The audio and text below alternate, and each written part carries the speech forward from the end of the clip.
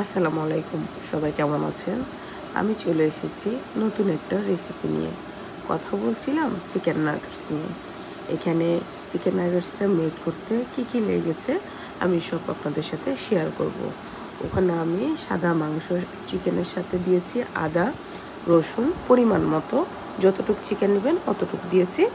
দিয়ে আমি ব্লেন্ড করে ফেলেছি। সাথে দিয়েছি একটু জিরার গুঁড়া, একটু ধনিয়ার গুঁড়া, একটু হলো সয়া সস, আর একটু সস থাকলে এমনি দিবেন, এটা ফ্লেভারের জন্য।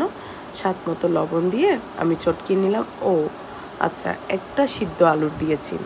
সিদ্ধ আলুটা দিলে খুব সুন্দর হয়, চিকেনটা একদম স্মুথলি খেতে ভালো লাগে। আমি এখন চিকেনগুলো সবগুলো প্রসেসিং করছি নাগেটসে পরিণত করার জন্য। তো আমি চিকেন নাগেটসগুলো ডিম দিয়ে চুবাইনি, আমি ময়দার মিশ্রণ দিয়ে এটা চুবিয়ে ব্রেড ক্রামের গুঁড়ায় করছিলাম। তো ওটা বিস্কিটের গুঁড়া কিংবা ব্রেড ক্রাম যার থেকে যেটা থাকে ওটা দিয়ে চাইলে আপনারা করতে পারেন।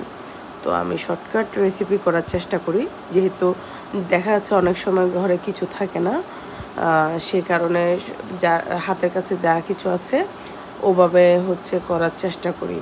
তো আমি একে একে দিয়ে দিচ্ছি আমার চিকেন নাগেটসগুলো।